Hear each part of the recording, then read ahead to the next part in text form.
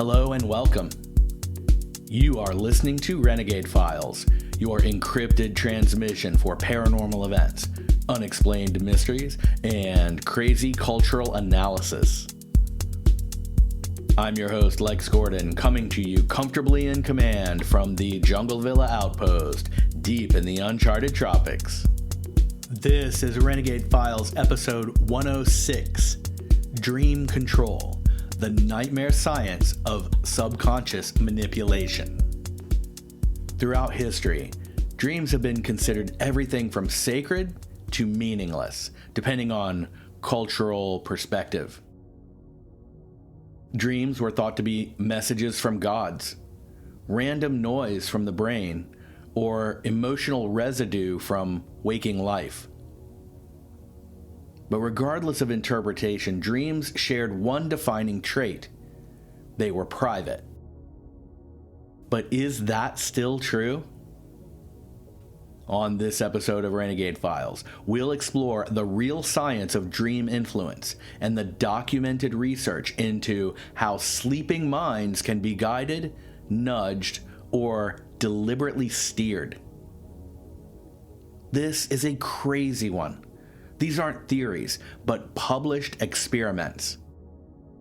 Military research agencies, behavioral scientists, and corporations have taken interest in dream research.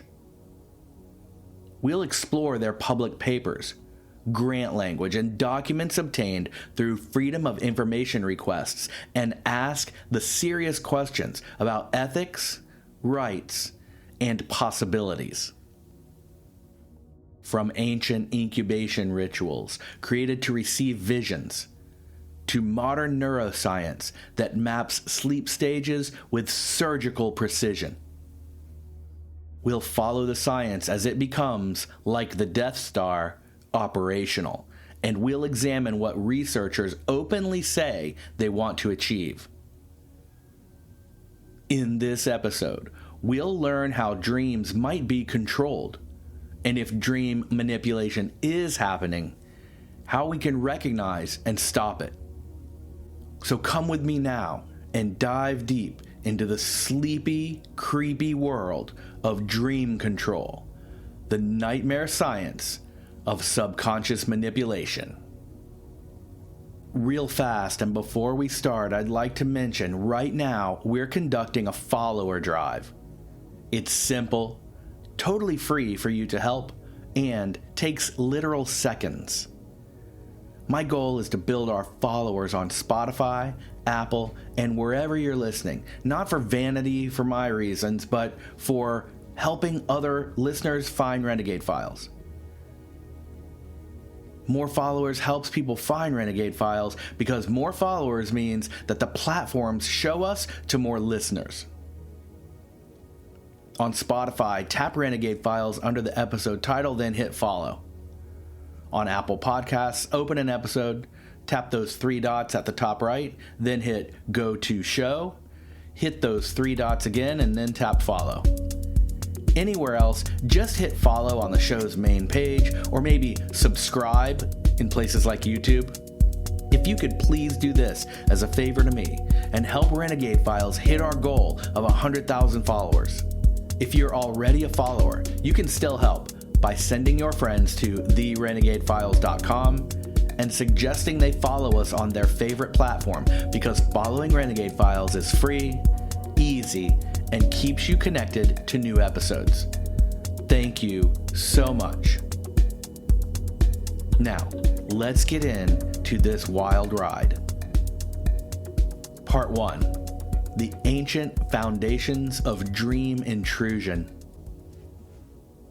Long before dreams were studied, they were cultivated.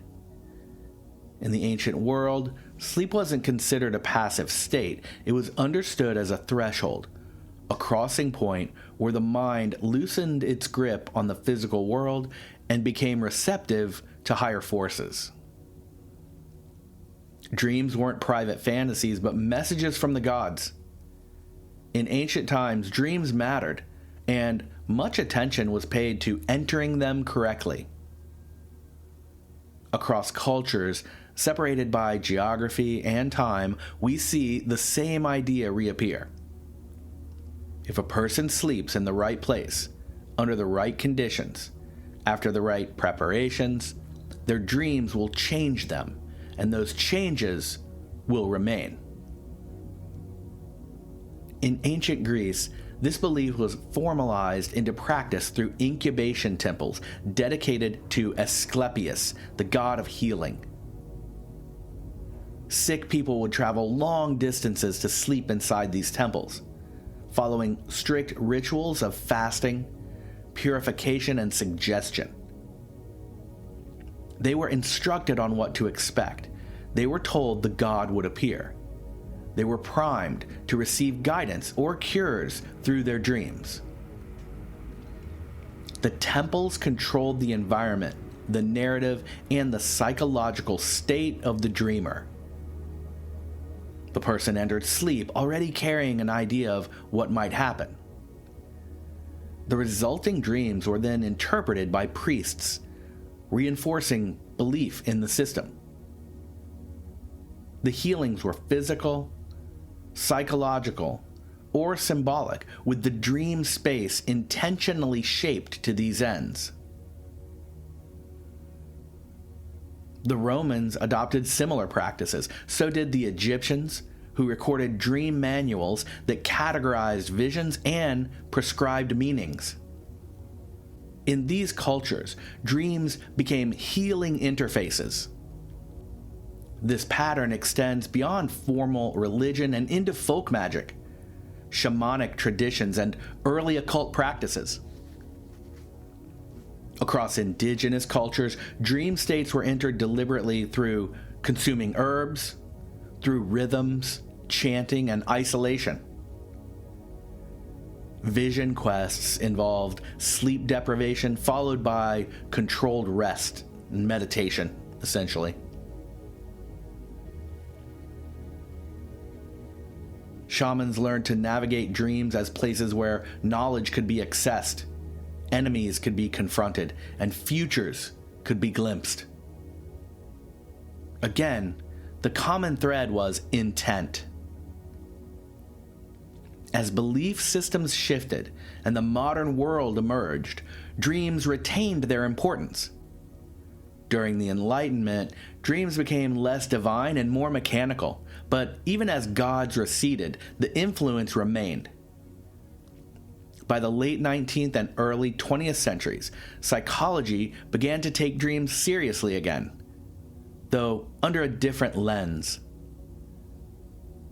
Sigmund Freud famously positioned dreams as expressions of unconscious desire, disguised through symbolism. Carl Jung expanded this into a collective unconscious, where dreams drew from shared archetypes and inherited psychic structures. While their interpretations differed, both men agreed that dreams were far from random. Dreams followed rules, and rules can be analyzed.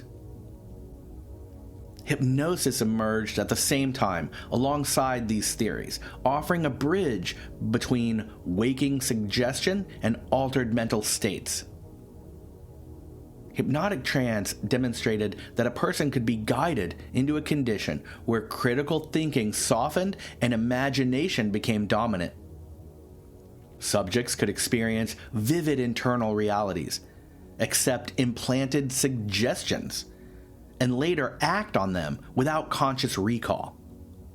Suddenly, professional psychiatrists and psychologists realized that if suggestion could bypass the conscious mind while a person was awake, then it might be possible to do something similar when that person was offline entirely.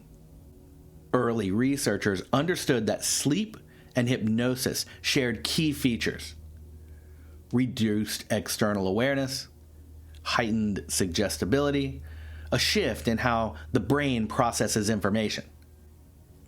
The difference was control. Hypnosis requires cooperation, but sleep doesn't. Experiments quickly followed. In the early 20th century, psychologists tested whether stimuli introduced during sleep could influence dreams. Sounds, words, and even fragrances were presented during sleep to controlled subjects. The results were inconsistent at first, but suggestive. While sleepers rarely woke up, their dreams often incorporated the external cues in symbolic ways. So, like a dripping sound would become rain in their dream. A whispered word would become a character's name. A smell became a place. It seemed like the dreaming mind was listening. This suggested that the mind remained partially open during sleep, selectively integrating information even when the self was absent. By the mid-20th century, this insight intersected with the growing field of behaviorism. Behaviorists were less interested in inner meaning and more interested in outcomes. Studies began to explore sleep learning, sometimes called hypnopedia. The results were often overstated in popular media, but the core insight held on. While complex learning during sleep was limited, reinforcement was not. It appeared that previously learned material could be strengthened and emotional associations to it could be nudged. As neuroscience advanced, these observations gained biological grounding. Researchers identified distinct sleep stages, each with different neural characteristics. Rapid eye movement sleep, or REM sleep, emerged as particularly important for emotional processing, memory consolidation, and internal simulation. Dreaming was no longer a poetic term, but a measurable neurological process that was predictable. Once these sleep stages could be identified in real time, the possibility of targeted intervention became real. Knowing when the brain is most receptive had given researchers a timing tool. This realization marked a turning point. Dreams shifted from being merely content to be interpreted after the person woke up to a process that can be engaged with while the person was still sleeping. At the same time, the clinical language around influence was toned down.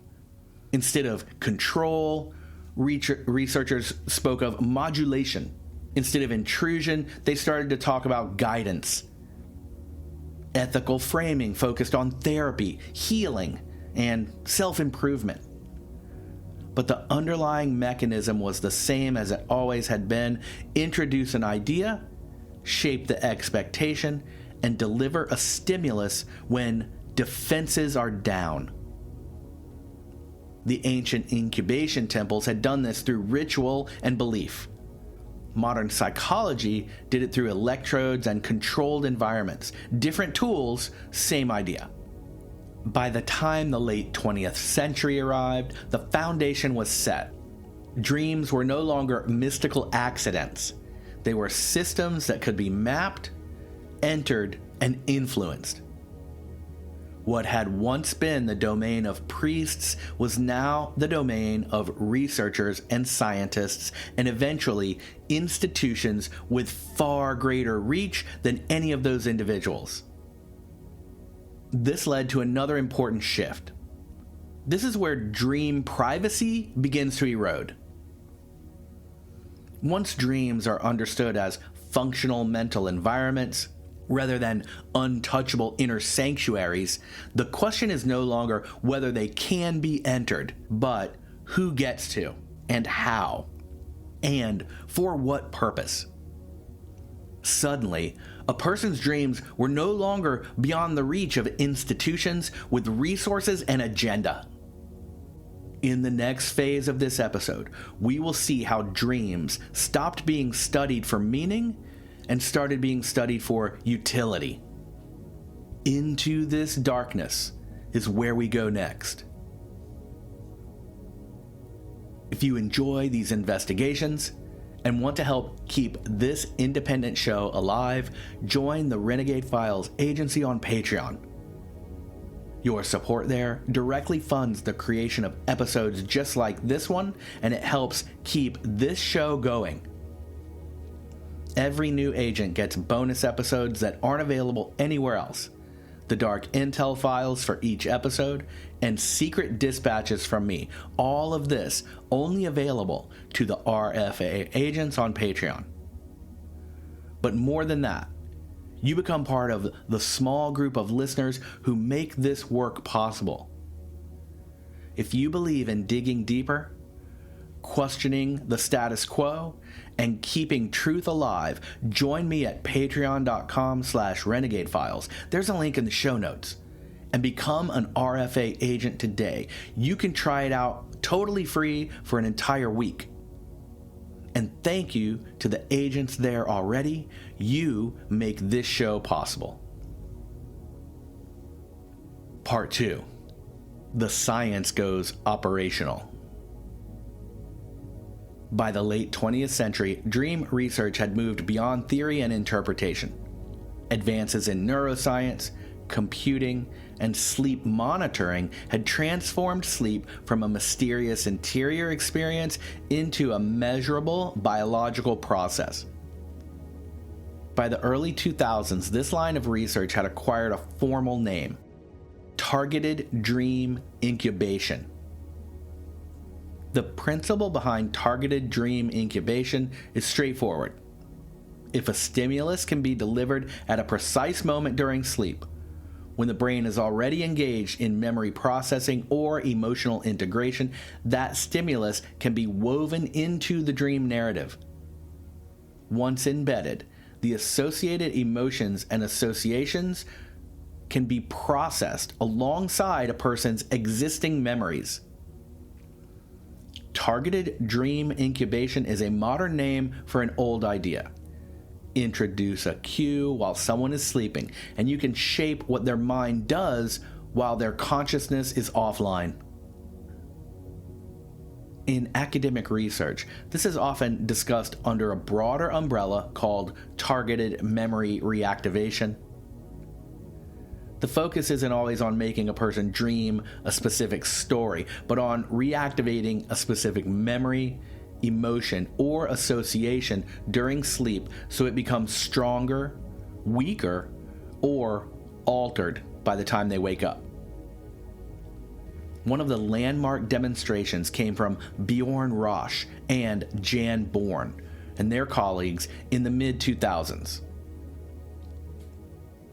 In their experiments, participants learned information while a particular odor was present. Later, while the participants slept, that same odor was presented again during slow-wave sleep, that deep stage associated with memory consolidation. The results were striking. People remembered the learned material better the next day as long as the odor cue was presented during the right sleep stage. When the odor was presented during other stages or mismatched conditions, the effect did not appear. The key point wasn't the smell itself. The smell was like a lever. It allowed researchers to reach into sleeping memory and tug on a specific thread to nudge something forward again. Another well-known experiment explored whether emotional learning could be modified during sleep. This one is kind of weird, but stick with me. In 2013, a team led by K.K. Honor at Northwestern University studied fear extinction during sleep. Participants first learned to fear certain cues through a controlled conditioning procedure, and then underwent extinction training, the process of learning that the cue is now safe. This is all very shady and weird. I picture like the doctor in Ghostbusters, Bill Murray, when he's shocking the kid and his gum falls out. I don't know if it was exactly that, but at least in my mind. So during subsequent slow wave sleep, researchers would reintroduce this cue that had been linked to the extinction context. I think it was also, once again, odors, so like jasmine or vanilla, something like that. When participants awoke, their fear response was reduced more for the targeted stimulus. So in plain language, the sleeping brain appeared to continue the work of safety learning, and a carefully timed cue helped strengthen that safety association. This matters because it shows sleep influence isn't limited to trivial facts or simple recall. It can reach into emotional circuitry that governs threat and relief. Crazy. So a particularly provocative example involves behavior change, and this was in 2014. Asaya Arzi and his colleagues in Israel reported sleep-based aversive conditioning related to smoking. The design was simple, but a little unsettling. While participants slept, the smell of cigarettes was paired with other unpleasant odors. The sleepers didn't wake up during the pairings. They didn't report awareness that anything had happened overnight, but afterward and in waking life, participants showed a reduction in smoking, at least over the short follow-up window that was reported in the study. This experiment sits right on the border between therapy and manipulation. You could frame it as a public health tool. You could also frame it as proof that preferences and urges can be nudged without conscious consent, as long as you have access to the sleeping person and their environment. In 2015, researchers at Northwestern, including Xiaoqing Hu and Ken Poller, published a study that pushed this idea into social attitudes. Participants first completed training designed to counter stereotyped associations. For example, pairing women with science, or prison mugshots with positive words, and specific sounds were linked to the training categories. Later, while the participants slept, the researchers played those category-linked sounds during slow-wave sleep. The next day, measures of implicit bias shifted in the direction of the training, suggesting that sleep cueing helped consolidate the counter-bias learning. This study attracted enormous attention because it implied something deeper than memory enhancement. It implied that sleep could help reinforce changes in automatic evaluation. It also sparked huge debate. Follow-up efforts and replication attempts produced mixed results, which is important to mention because it shows the field, like other sciences, can be sensitive to timing, design, and measurement. So we're dealing with humans and the way they think and feel and believe. These things can get real messy real fast. Bold claims don't always reproduce cleanly, right? Now, when most people hear the phrase targeted dream incubation, they picture something way closer to a control of the dream, of the story, a specific theme, a planted idea, a guided dream narrative, if you will. That kind of work has also been explored, especially around the sleep onset period known as hypnagogia. Hypnagogia. How do you say it? Let's find out. Hypnagogia. Hypnagogia. Especially around the sleep onset period known as hypnagogia, the borderland where imagery begins, but the mind is still loosely tethered to the room. All right, are we moving on now? In 2020, Adam Har Horowitz and colleagues at the MIT Media Lab, working with Patty Mays, published work on a device and protocol called Dormio. Their approach targeted the N1 sleep onset stage, so not the deep, slow wave sleep of previous experiments. Participants were guided toward sleep, and when the system detected the transition into that drifting state, it delivered audio prompts such as a target word or theme. The participants were periodically awakened and asked to report what they were experiencing. When allowed to drift into sleep again, they repeated the cycle. The researchers reported that the prompts increased incorporation of the target theme into dreamlike imagery and thought, effectively steering the content of the hypnagogia experience in a repeatable way. This isn't the same as planting a complex plot into a full REM dream, but it is a clear demonstration that guided content can be inserted into the early dream stream. Horowitz and his buddies continued their work, and later studies linked successful dream incubation with improved creative performance compared to control conditions. In everyday terms, the researchers weren't just changing what people saw as they dreamed, they were shaping the mental associations with those things. This is one reason dream incubation has become so interesting to large institutions. Even mild steering in a sensitive sleep window can shift the direction of thought the next day. When you line these studies up, a picture starts to grow. First, cues can reactivate specific memories during sleep and strengthen them. Second, cues can bias emotional learning, including fear reduction. Third, cues can condition preferences and aversions without waking awareness, so like the smoking experiment. Fourth, cues can steer dreamlike content during that sleep onset. This is very important. One little word or phrase can change what you dream or think of when you're asleep, and that steering can affect your cognition the next day. None of this requires science fiction. It just requires access, timing, and a cue that the brain can register without waking.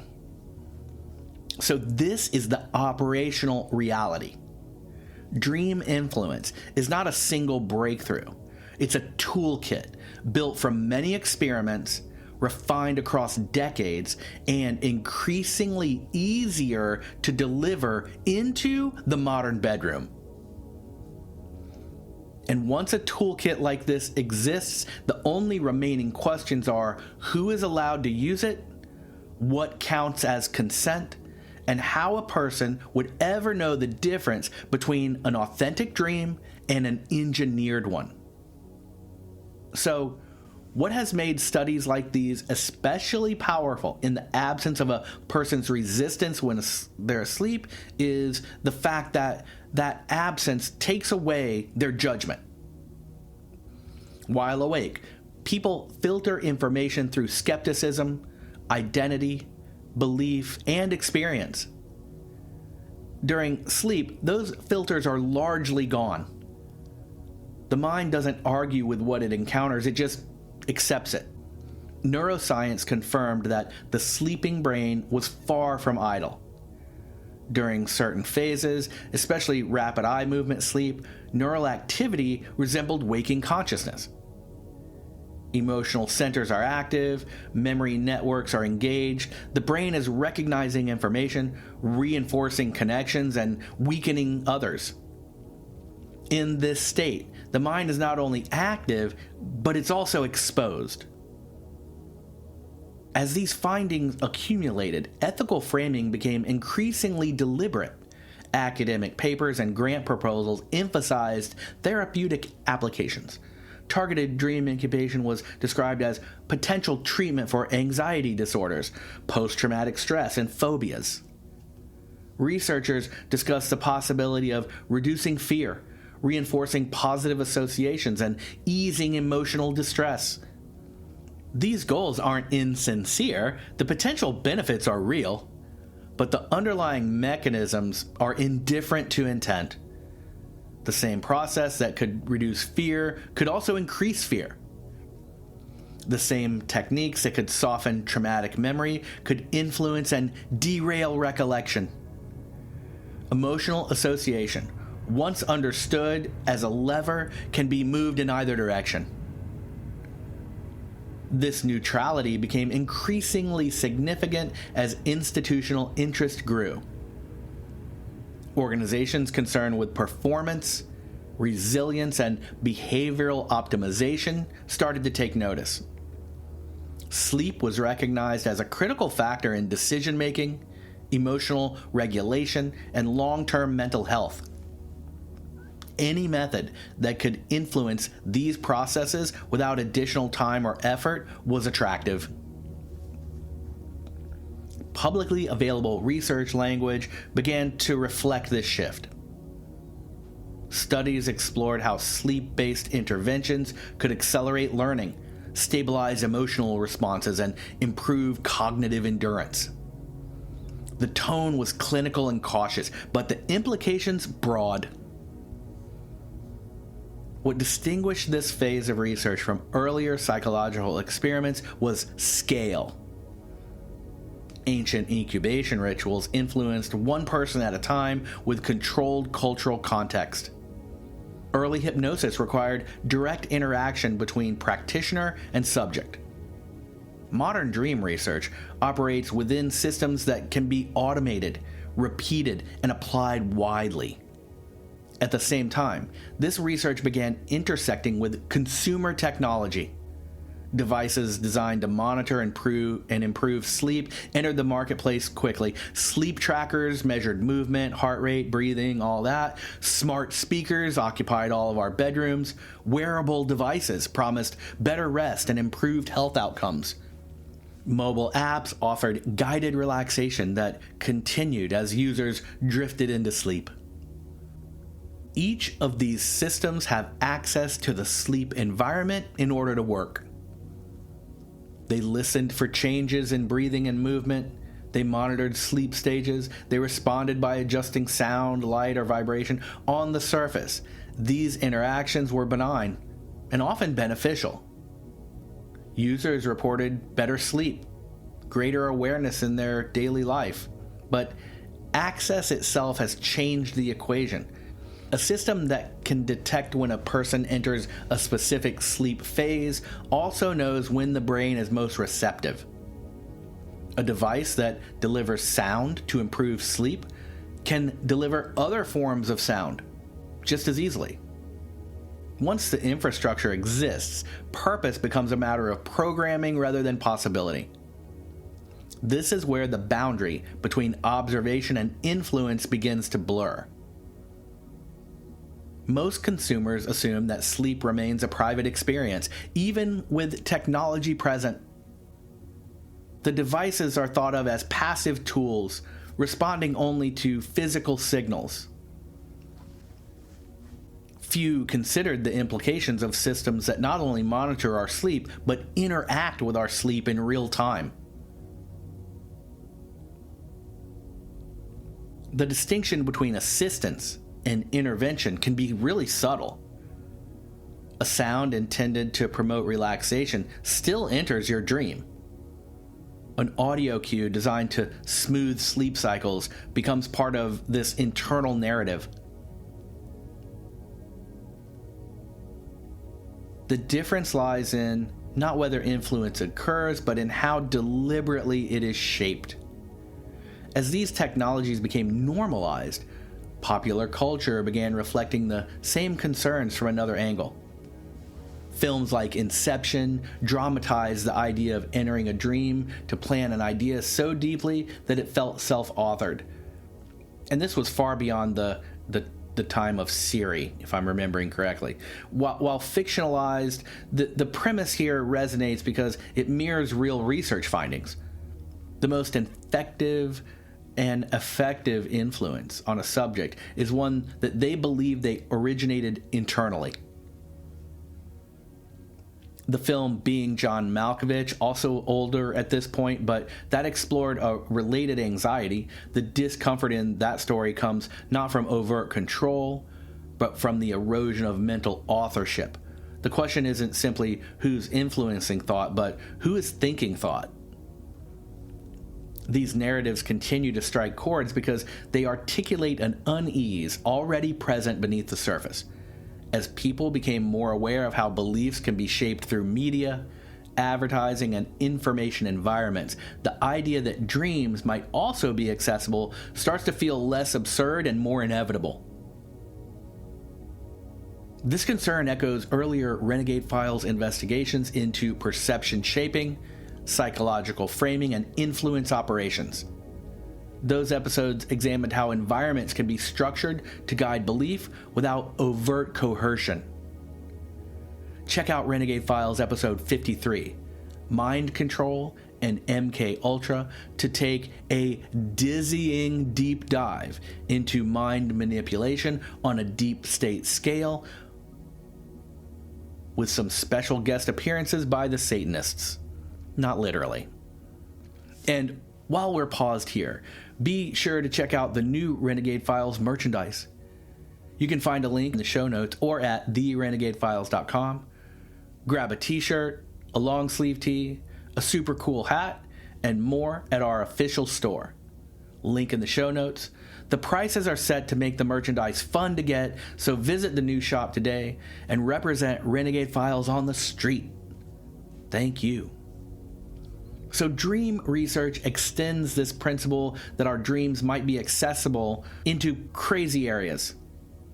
When a person is persuaded while they're awake, they might recognize the attempt, even if they accept the message. But if influence occurs while they're asleep, recognition is unlikely. The subject experiences only the outcome of some hidden process. This raises profound questions about consent and awareness. How do you define consent for an experience that occurs when someone is unconscious? But the reality is that these studies are well underway and have been. In clinical settings, inputs can be introduced into someone's mind as they sleep, and the resulting effects can be measured. How far of a leap is it from there for an outcome in your bedroom to be shaped? At least in the lab, dreaming has entered the realm of systems, institutions, and infrastructure. The question isn't whether dream influence is possible, but under what conditions. That question takes us into the present moment and the next section. Part 3. Who controls the dream space now? By the time dream influence moved from laboratory curiosity to applied science, the question of control was no longer abstract. Once a system exists that can shape cognition while a person sleeps, the ability to apply that system becomes a matter of power and access. In the modern world, power rarely announces itself directly. It moves through departments, budgets, pilot programs, and research partnerships. It hides behind neutral language and plausible deniability. Dream control science has followed that path. Military interest in sleep studies has never been subtle. War doesn't stop for people to rest, and the ability to manage fatigue, fear, and decision-making has always been a strategic concern. As neuroscience advanced, agencies within the Department of Defense began funding research into human performance and performance under stress. Sleep was framed as a vulnerability to be managed and a resource to be optimized. DARPA became one of the most visible nodes in this network. DARPA is set up to pursue high-risk, high-reward research that maintains strategic advantage. That mandate includes cognition, perception, and behavior. Over the years, DARPA funded projects exploring accelerated learning, memory consolidation, resilience training, and psychological readiness. This is why so much conspiracy theory attention has been focused on DARPA, because of weird stuff like this. Sleep appears repeatedly in their research landscape, often described as an underused window for intervention. The language in these programs is very cautious. The stated goals emphasize protection, recovery, and performance. Reduce post-traumatic stress. Improve adaptability. Enhance learning efficiency. All of these objectives sound humane and even noble. But they rely on an underlying assumption that the sleeping mind can be influenced. Beyond the Department of Defense, intelligence agencies have a long history of interest in altered states. Our previously mentioned MK Ultra episode explored how hypnosis, suggestion, and chemical influence was applied in ways that anyone understanding their scope would almost certainly agree were ethically catastrophic.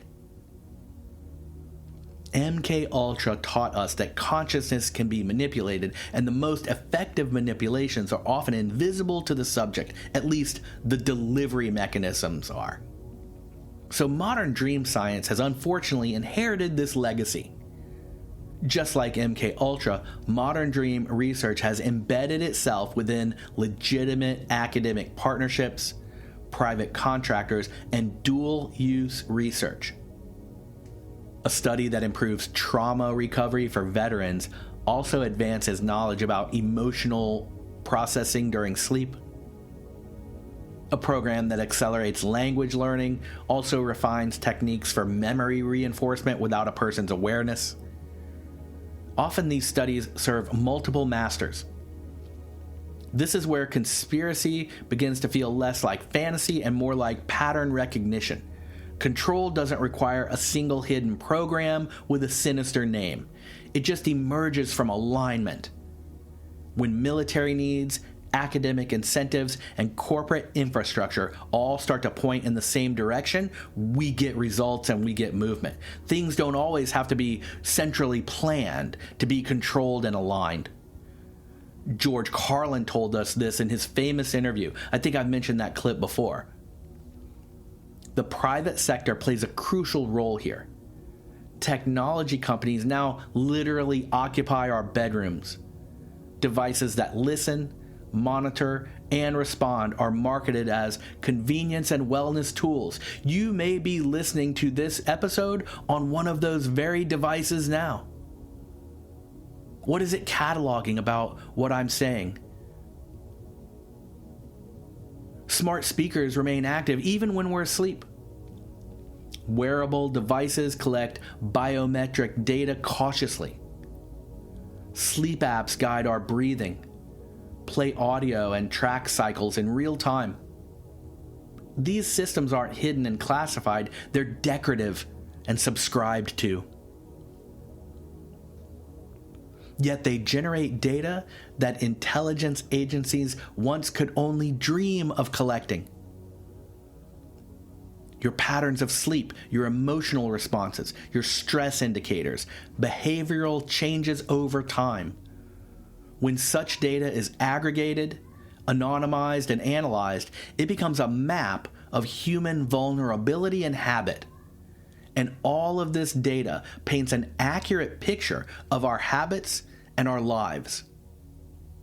He knows when you are sleeping. He knows when you're awake. He knows if you've been bad or good, so be good for goodness sake.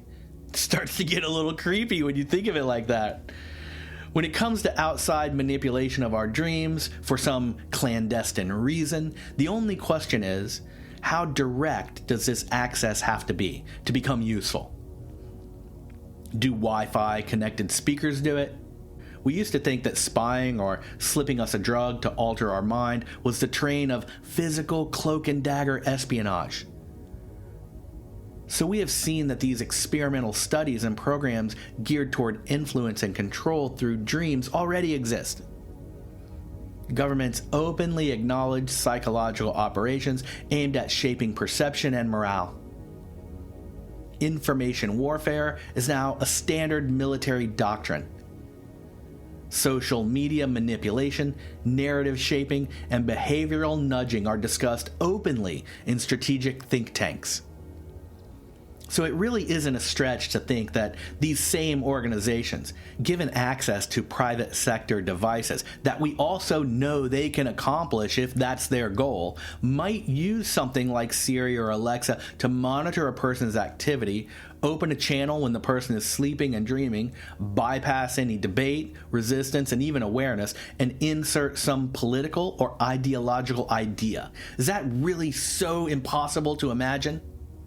Fears of some deep state hijinks naturally emerge, and this science comes with a built-in deniability.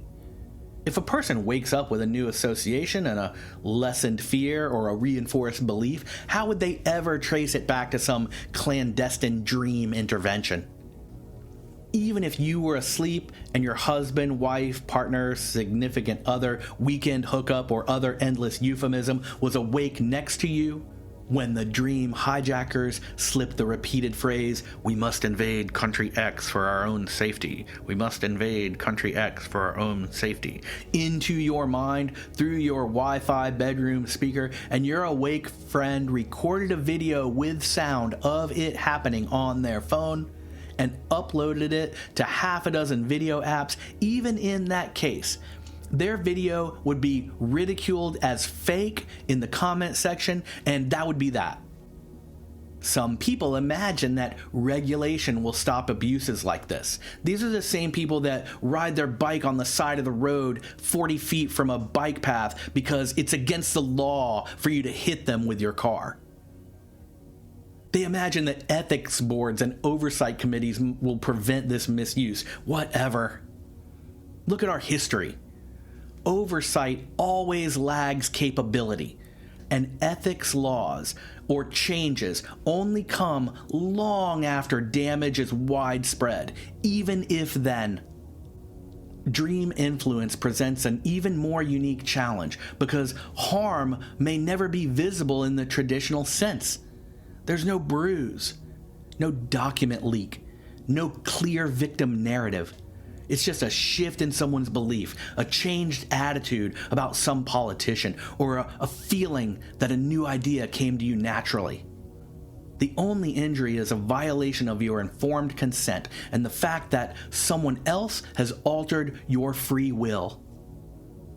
Any good pagan witch will tell you that altering the free will of another comes with heavy consequences. Your bad spell comes back to you 3 times. Right? Bad karma. So we constantly see these little revelation of method nods where the powers that be tell us what they're doing through fiction or doublespeak in speeches, and all of that's done to try to escape this karma consequence. So who controls the dream space now? The honest answer is that control is fragmented. No single entity holds the keys. Instead, influence is distributed across institutions, technologies, and incentives. Military research explores capability. Intelligence agencies explore application. Corporations build infrastructure. Academia refines technique, and the private sector builds and sells content machines that we use 24/7. Each piece appears reasonable on its own, but together they form something creepy. This doesn't need a grand conspiracy to function. Once systems are in place, they tend to persist, and as soon as influence is possible, restraint requires active effort. Dreams used to be the one place where the individual disappeared from power structures. That assumption may now be a fragile one. And before you go about the rest of your day or night, let me just say Happy New Year to you. Right now, we're conducting the follower drive. It's simple, totally free for you to help, and it takes literal seconds. Just go to the podcast main page wherever you're listening. From there, just hit follow or maybe subscribe on YouTube. Do that as a favor for me and help Renegade Files hit 100,000 followers, because more followers mean more shows get shown to more people, spreading the Renegade Files word. If you're already a follower, you can still help by sending your friends to therenegadefiles.com and suggesting they follow us on their favorite platform, because following Renegade Files is free, easy, and keeps you connected for new episodes. It helps us both. It's a win-win. So tap follow on the show page right now. And sláinte. My summary and conclusion. For this section, let's speculate some, shall we? Because imagination is often prologue. Imagine, if you will, a very near future where shiznit gets real. In this future, dream privacy has become a topic of public debate. Not in abstract terms, but through personal stories. People begin to notice patterns they can't explain. waking up with sudden fears they never had before, feeling strangely aligned with ideas they don't remember choosing. We began experiencing recurring dreams that are literal fast food commercials. We start to dream of political slogans that feel borrowed rather than personal. At first, these experiences are dismissed as stress, coincidence, or suggestion. But as they accumulate, the conversation changes. Journalists begin asking whether the sleeping mind is still off limits to state agenda. Lawmakers struggle to define what counts as intrusion when awareness is absent. Philosophers argue about consent when the self is asleep.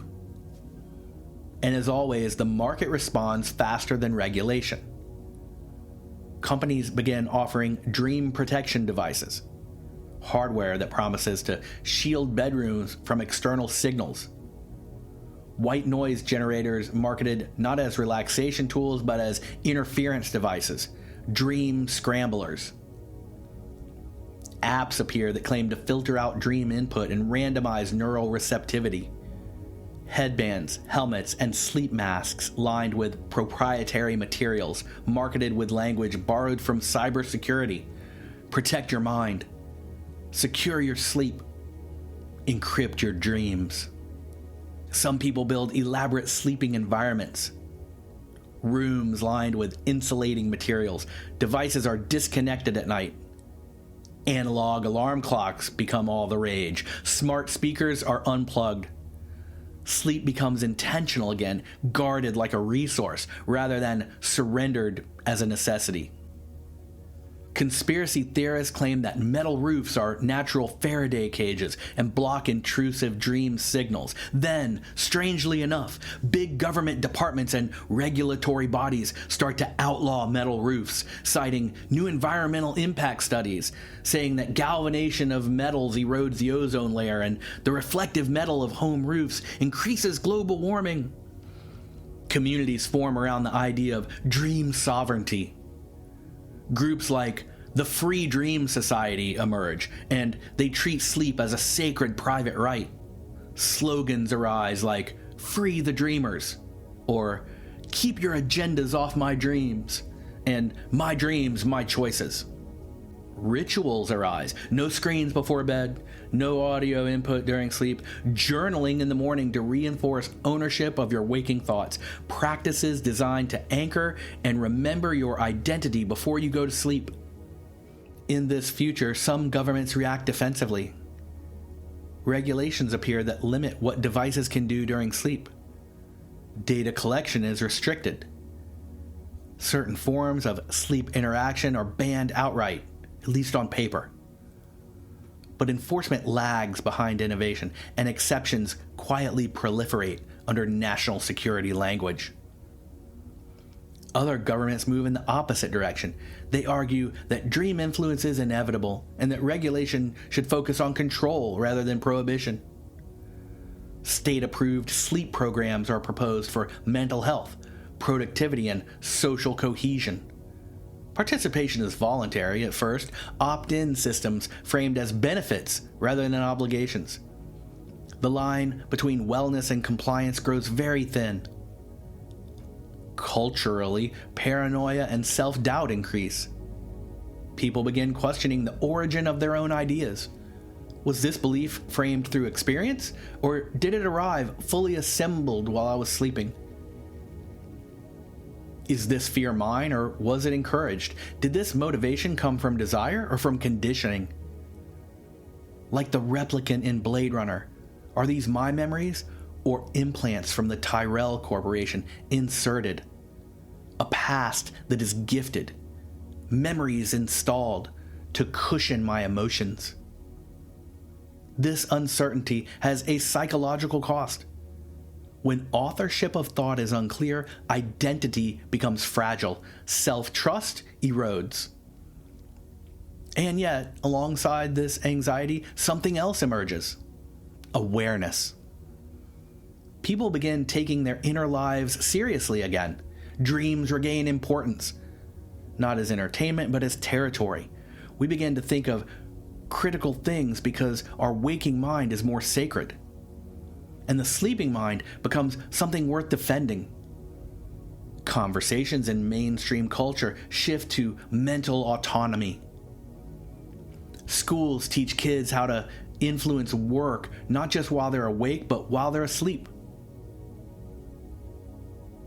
Media literacy expands into cognitive literacy. People learn that thoughts are shaped environments, not spontaneous miracles. This knowledge may not eliminate influence, but it could weaken its power.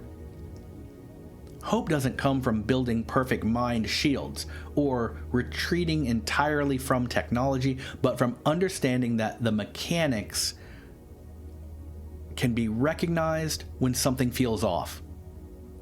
A mind that knows it can be influenced is harder to influence.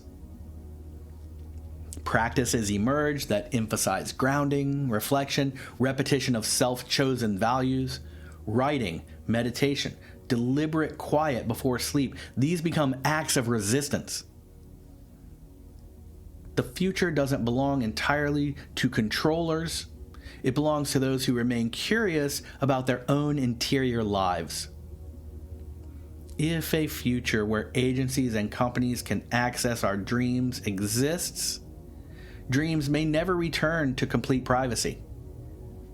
But awareness of persuasion always creates friction, and friction slows systems. Slowed systems become visible, and visibility creates choice. The most important truth to hold on to is this: influence is not destiny. The mind is resilient, adaptive, and remarkably capable of reclaiming authorship when given the chance. Dreams are powerful precisely because they're personal. They draw from our memory, emotion, and meaning accumulated over a lifetime.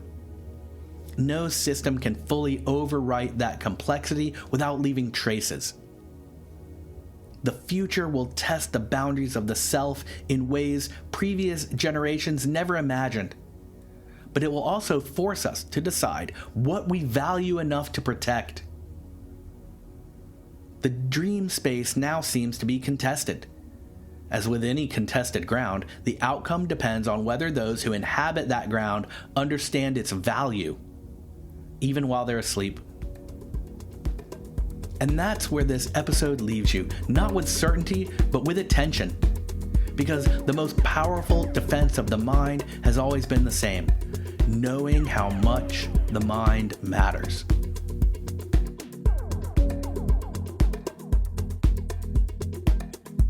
Tap follow right now so we can meet here next time. If you like this episode and the hundreds more I've made and given to you for free, then you can help this independent show stay alive by joining the Renegade Files agency on Patreon for less than you tip a server for a single meal out.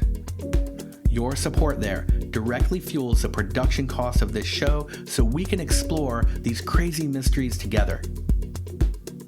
Every new RFA agent on Patreon gets bonus content and more, but more than that, you become part of the small crew of dedicated listeners who make this mission possible.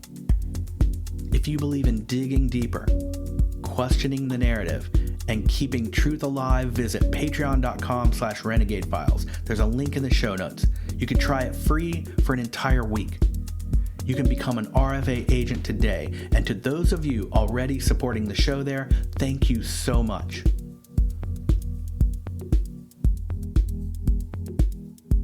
I am so glad to have you in the Renegade Files crew. I'm your host, Lex Gordon, and I will see you soon.